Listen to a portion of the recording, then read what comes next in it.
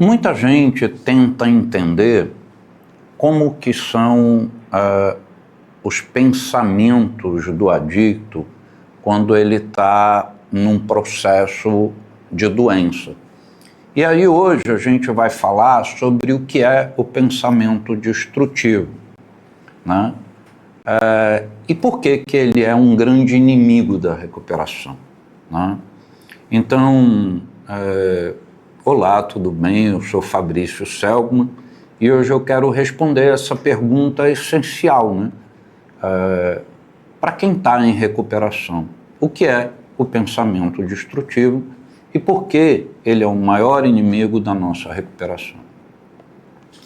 Quando a gente fala em dependência química, muitas vezes a gente pensa que isso é apenas um processo de substância, droga e álcool, né? E o comportamento compulsivo. Mas a gente tem que falar também que a recaída começa na cabeça, muito antes do uso, né? Dentro da nossa mente. E aí que entra o chamado pensamento destrutivo. Um pensamento destrutivo é aquela forma de pensar que nos sabota, que mina a nossa confiança e que corrói pouco a pouco a nossa recuperação. Ela se junta um pouquinho com o processo de desonestidade pessoal, sabe? Mas ela aparece em várias formas, numa negatividade constante, na insatisfação com tudo, né, e com todos, na crítica exagerada, no hábito de culpar os outros, né? Sempre é o outro que é o problema. E quando a pessoa diz, se não fosse minha família, eu estaria bem, né? Ou o grupo não me entende, não serve para mim. Ou ainda, o terapeuta não sabe nada da minha vida. Esse olhar distorcido de sempre jogar a responsabilidade para fora de si é um sintoma bem claro do pensamento destrutivo. É que o pensamento está em ação. E por que que ele é tão perigoso? Porque ele é um sintoma da adicção, né? A dependência química não vai se manifestar apenas no corpo, na fissura ou na abstinência, né? A dependência química também se manifesta e de forma ainda bem poderosa no modo como a gente pensa, né?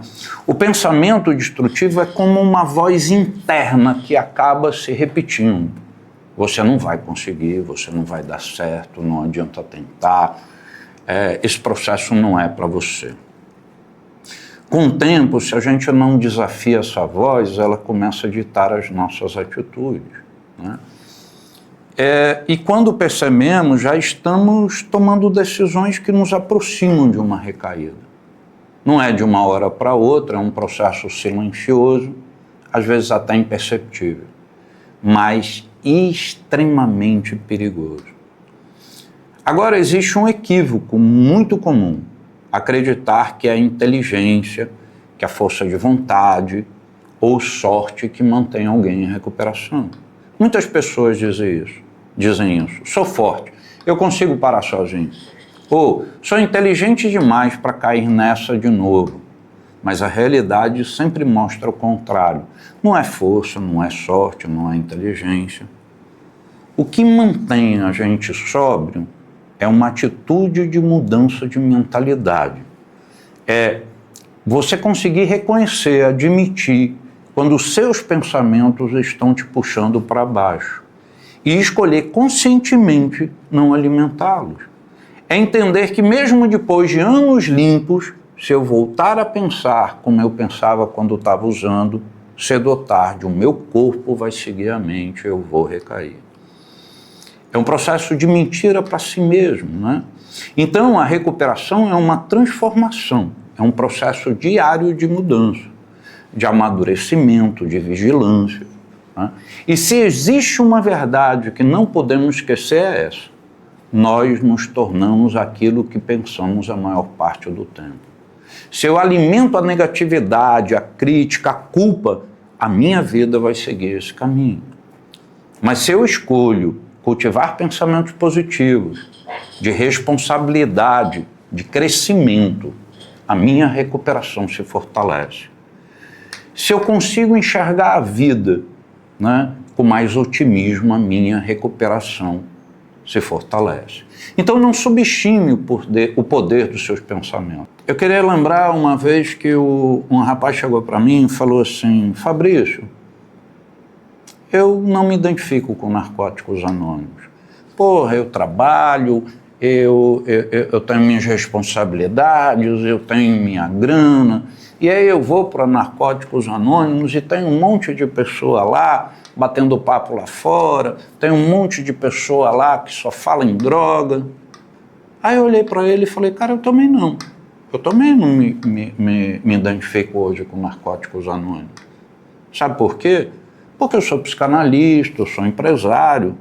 Mas o Fabrício que chegou no grupo tinha 57 quilos, tinha 5 detenções policiais até a delegacia. O Fabrício que chegou no grupo teve 2 princípios de overdose, 2 princípios de loucura. Esse Fabrício que chegou se identifica completamente com Narcóticos Anônimos. E é por isso que eu vou lá todo dia.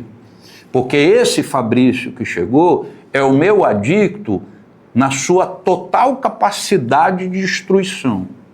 E eu não quero mais ser ele. Por isso, por não querer mais ser ele, é que eu tenho uma vida digna. Então vai para o grupo, maluco. Né? Ele riu e concordou. Né? Muito obrigado.